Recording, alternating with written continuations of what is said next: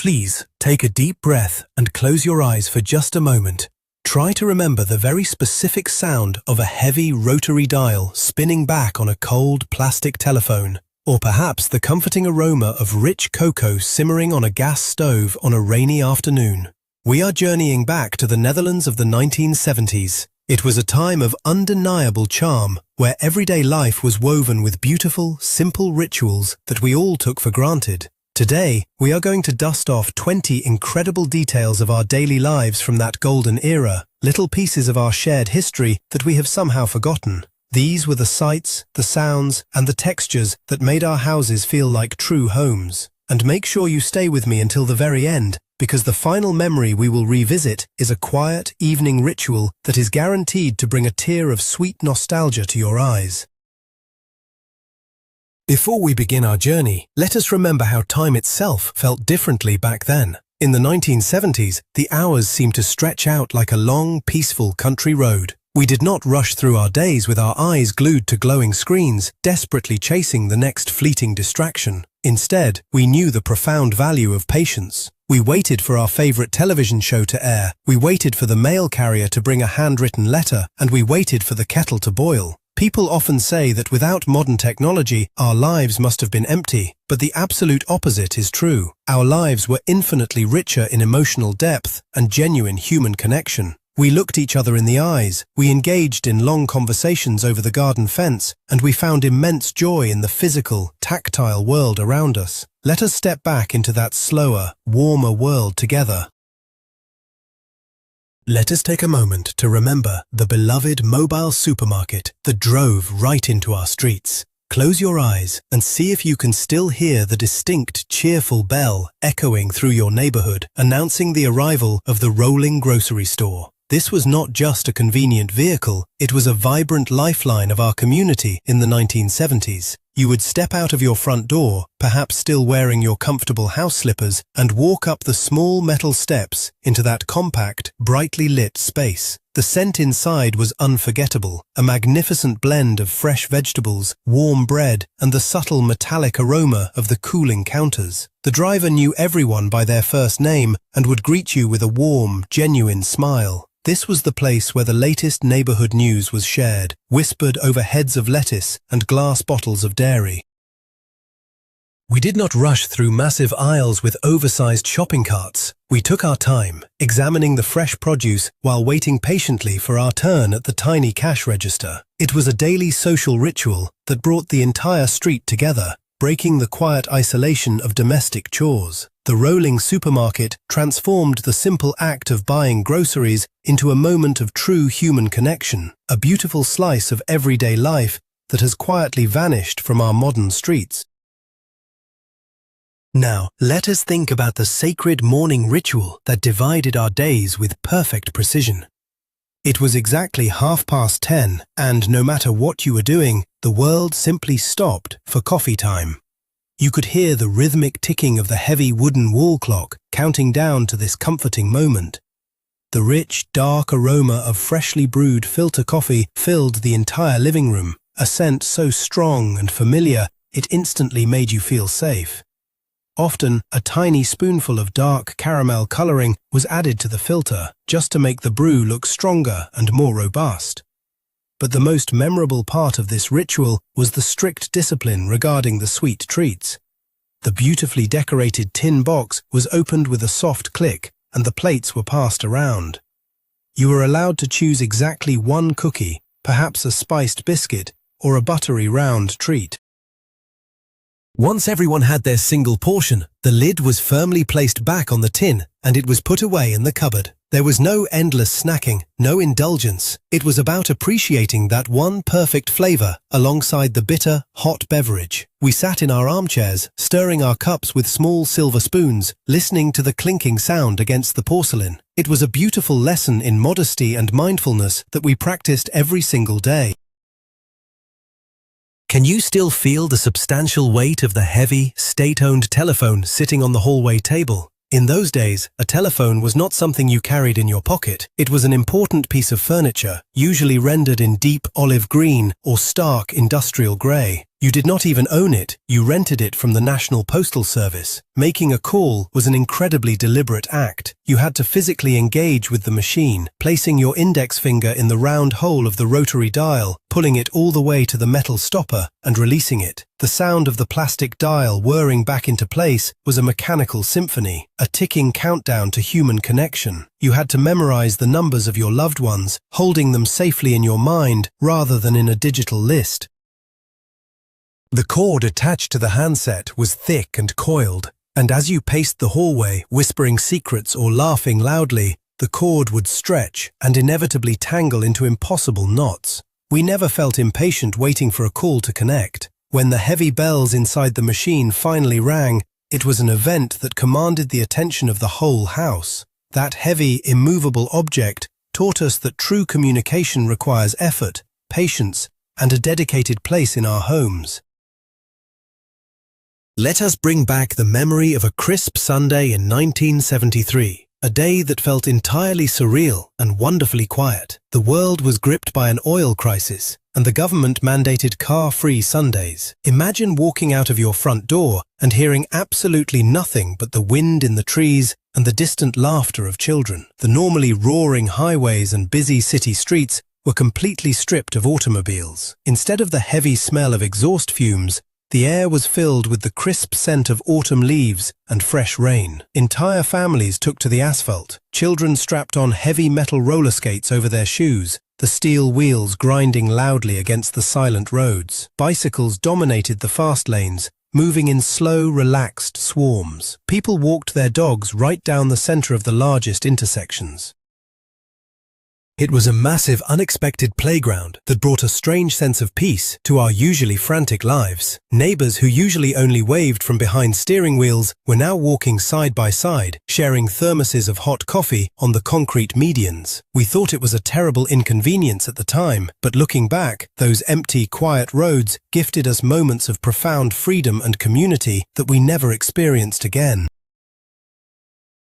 Let us recall the pure, unadulterated joy of gathering around a long wooden shuffleboard on a dark winter evening.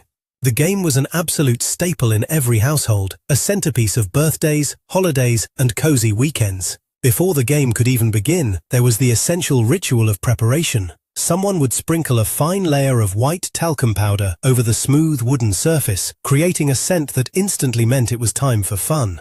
Then, you would take a handful of the smooth, round wooden discs. They felt cool and perfectly heavy in your palm. As you slid the first disc down the long board, the sound it made was immensely satisfying. It was a deep, hollow clack as it struck the wooden dividers, hoping to slide perfectly into one of the numbered arches. The room would fill with the loud cheers of grandparents, parents, and children, all competing on equal ground.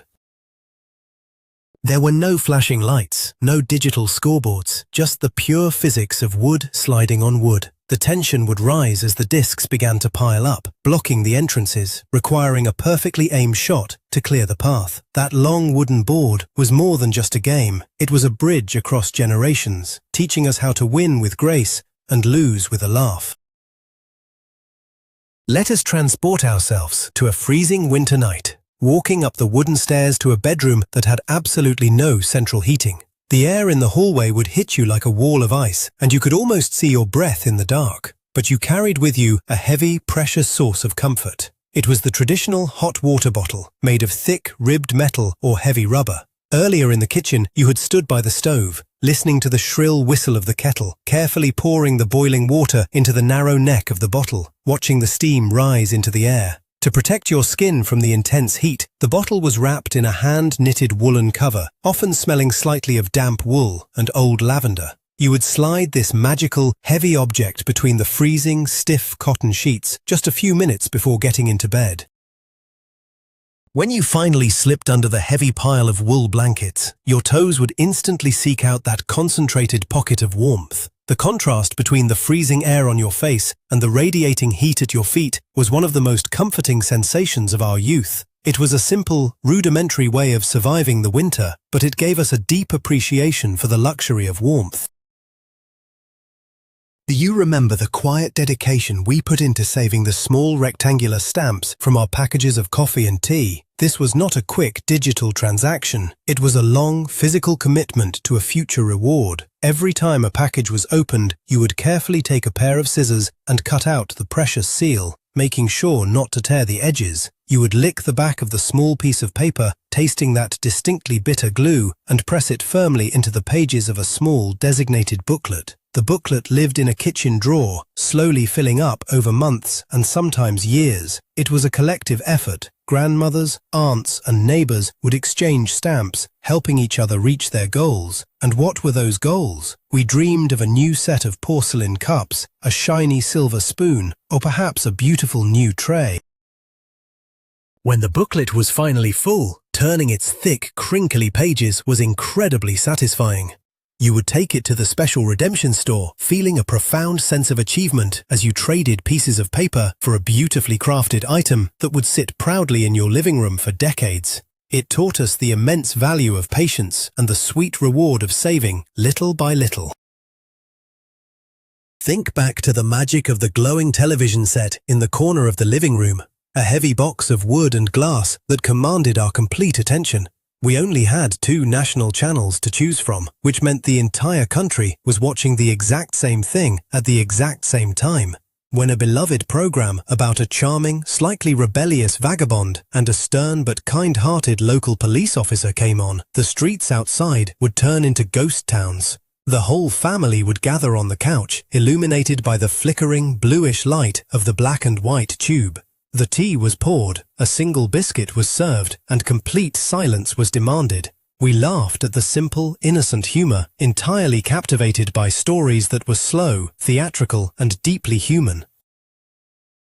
There were no remote controls to flick endlessly through hundreds of channels. If you did not like what was on, you simply turned the machine off and read a book. But on those special broadcast nights, the television was a warm campfire around which the modern family gathered. The next morning at the bakery or the butcher shop, everyone was talking about the exact same scenes. That small screen did not isolate us. Surprisingly, it bound us together in a shared cultural embrace. Let us step into the backyard on a bright, breezy cleaning day and listen to the rhythmic, thunderous sounds echoing across the neighborhood. It was the unmistakable noise of the rattan carpet beater striking a heavy woolen rug draped over a sturdy clothesline. Keeping a house clean in the 1970s required serious physical labor. The vacuum cleaners were heavy and not very powerful, so the deep cleaning had to be done by hand. You would carry the heavy living room rug outside, the rough wool scratching against your arms. Grasping the woven handle of the beater, you would swing your arm back and strike the fabric with all your might. With every hit, a massive cloud of grey dust would explode into the bright sunlight, drifting away on the wind. The smell was incredible, a mixture of stale indoor dust, instantly refreshed by the crisp outdoor air and sunshine. You would beat the rug until your shoulder ached and no more dust appeared. Then, bringing that beautifully refreshed rug back into the living room transformed the entire atmosphere of the house. It smelled of hard work and fresh air. That simple rattan tool was a symbol of pride, a testament to the endless dedication required to make our homes a clean, safe haven for our families. Can you hear the cheerful clinking sound of thick glass bottles touching each other on the stone steps of your front porch in the early morning? It was the milkman, a vital figure in our daily routine, arriving faithfully no matter the weather. Before going to bed, we would place the empty, rinsed glass bottles outside, sometimes trapping a handwritten note with specific orders under one of the bottles. The next morning, as the sun came up, you would open the door to find fresh, cold milk waiting for you. The bottles were sealed with a beautiful, shiny silver foil cap that you had to press down and carefully peel back. The very best part was the thick, rich layer of yellow cream that gathered at the top of the neck. We used to fight over who got to pour the first glass, just to get a taste of that sweet, heavy cream. The glass bottles felt wonderfully solid in your hand, heavy and cool, unlike the flimsy plastic cartons of today. Returning the empty bottles was an unwritten pact of trust between the household and the delivery man. It was a perfectly circular system, built on personal relationships and respect for the product. That morning sound of clinking glass was the comforting heartbeat of a neighborhood waking up together. Let us bring back the distinct, intoxicating smell of two-stroke engine oil and the loud, buzzing roar that defined the freedom of our youth. If you were a young man or woman in the 1970s, your entire social life revolved around the moped. There was a fierce, unspoken rivalry between the different brands, with distinct groups identifying by the shape of their gas tanks and the height of their handlebars. You would spend countless hours on the weekend in a drafty garage, hands covered in black grease, tweaking the carburetor to make the engine just a little bit faster. Putting on that heavy leather jacket and a brightly colored helmet, you felt absolutely invincible. The wind whipped past your face as you navigated the narrow country roads, heading toward the local snack bar to meet your friends. The mopeds were always parked in a long, impressive row, their chrome exhaust pipes ticking softly as they cooled down in the evening air. It was our first real taste of independence, the beautiful realization that you could turn a key, twist a throttle, and go anywhere you wanted without asking for a ride. Those simple, noisy machines gave us wings, and the friendships forged over spark plugs and worn-out tires lasted a lifetime.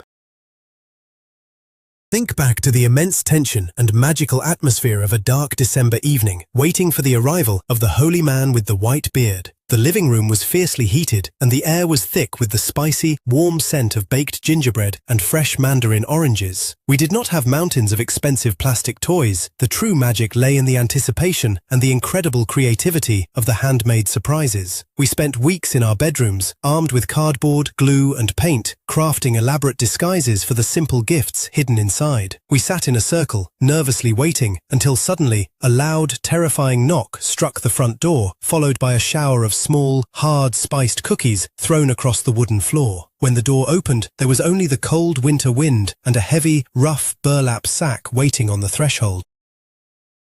Dragging that coarse, dusty sack into the living room was the highlight of the year. Every gift was accompanied by a long, handwritten poem that gently teased the recipient for their flaws over the past year. We laughed loudly, reading the rhymes aloud, surrounded by wrapping paper and cookie crumbs. It was an evening of pure, homegrown magic that proved imagination is the greatest gift of all.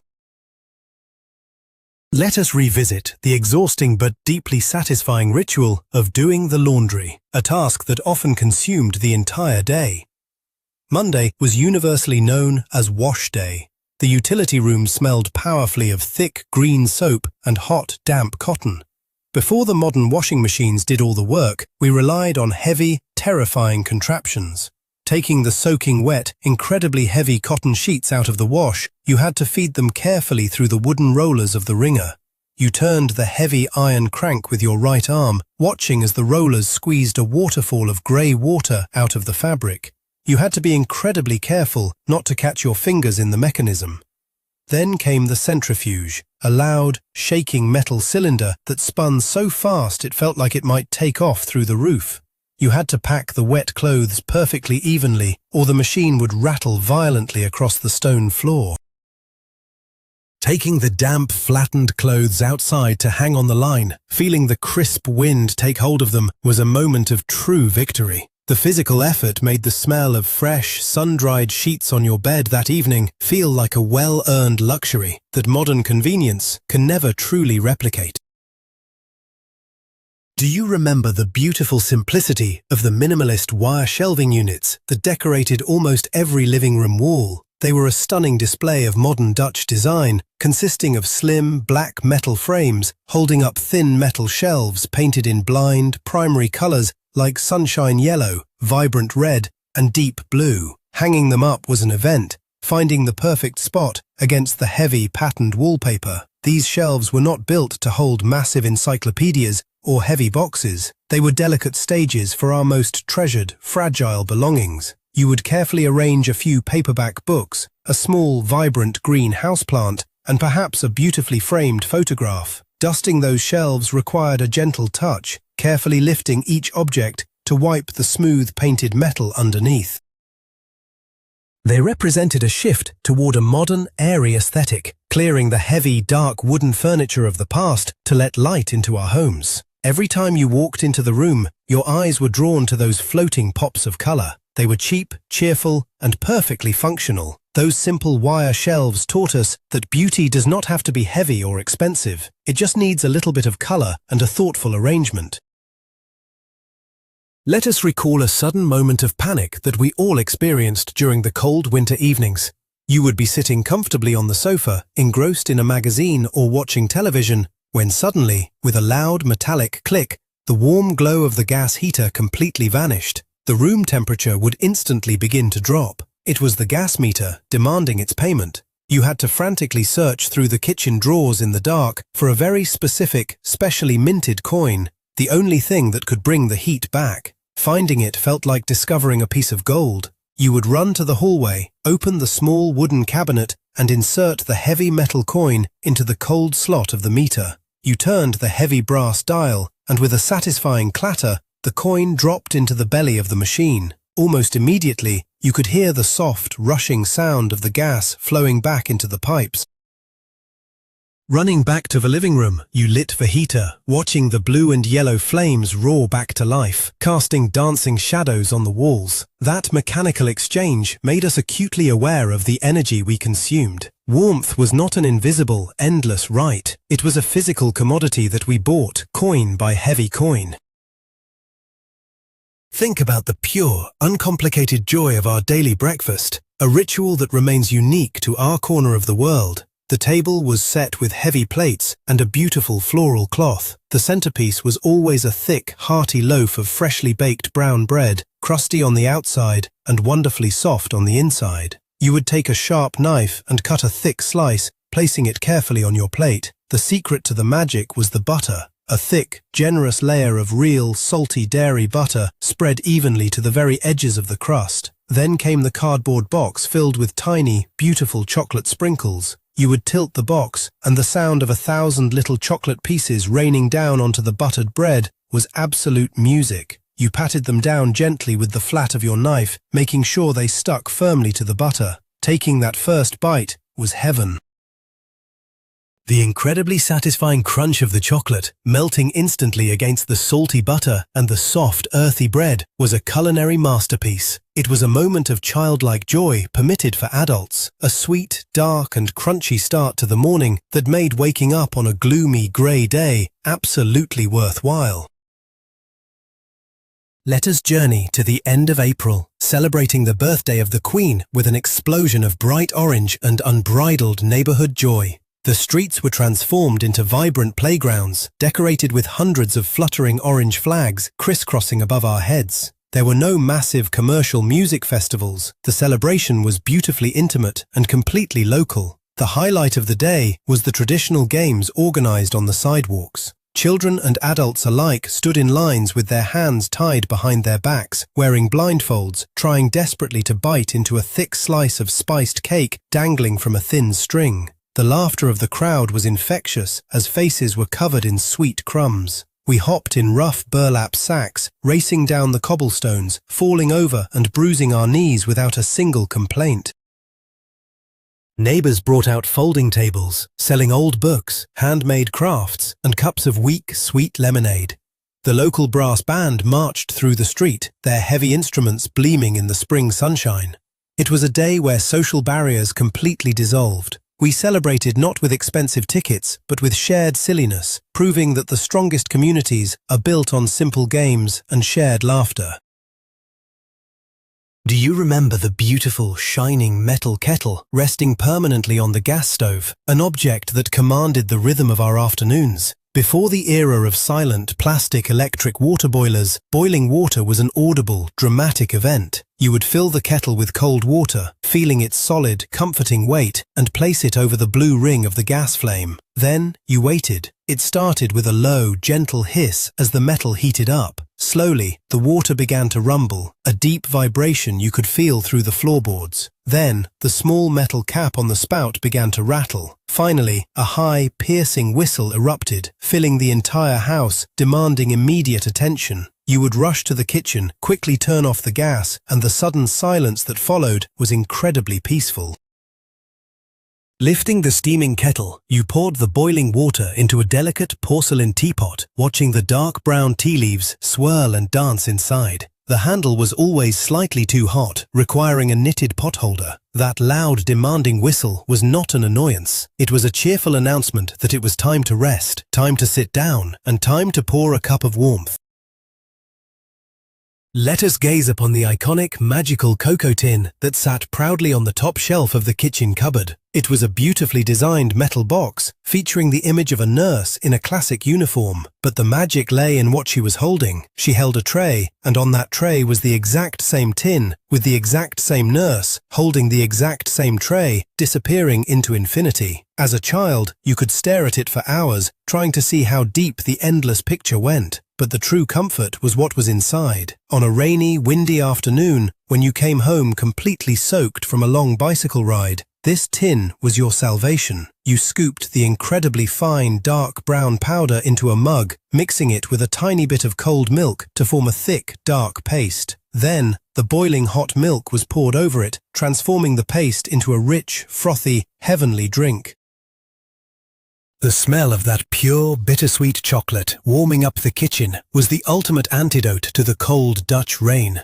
That endless picture on the tin became a symbol of endless comfort, a promise that no matter how harsh the weather outside, there was always warmth and sweetness waiting inside.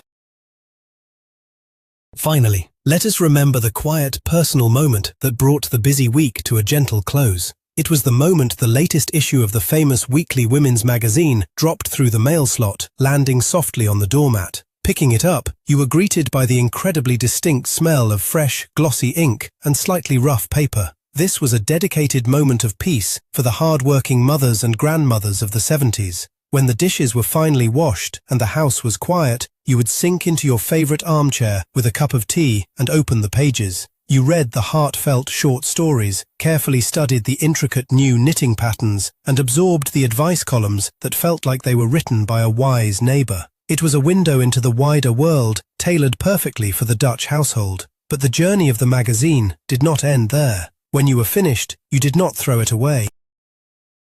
You walked next door and handed it to your neighbor, continuing a beautiful chain of shared reading. The stories and patterns became the topic of conversation at the grocery store or during coffee time. It was a quiet ritual of self-care that beautifully transitioned into a gentle act of community sharing. As we look back on all these beautiful, lost details of our daily lives, a profound realization washes over us. We do not just miss the physical objects, we do not just miss the heavy telephones, the beautiful cocoa tins, or the wooden shuffleboards. What we truly miss is the rhythm of our youth. We miss the incredible feeling of time moving slowly, allowing us to truly appreciate the small moments. We miss the deep, unbreakable connections we forged when we had to look each other in the eye, wait patiently for a handwritten letter, and share a single cookie at exactly 10:30. Those 1970s rituals taught us that happiness is not found in endless convenience or digital speed, but in the warmth of our living rooms, the laughter of our neighbors, and the comforting ticking of the old wall clock. If this journey back in time brought a smile to your face and warmth to your heart, please subscribe to our channel and leave a like on this video to keep our beautiful history alive. Now I have a question for you. Which of these lost rituals do you miss the absolute most? Or what specific memory from the 70s would you add to this list? Please write your personal story in the comments below, because sharing your memories is the only way we can ensure these golden days are never truly forgotten.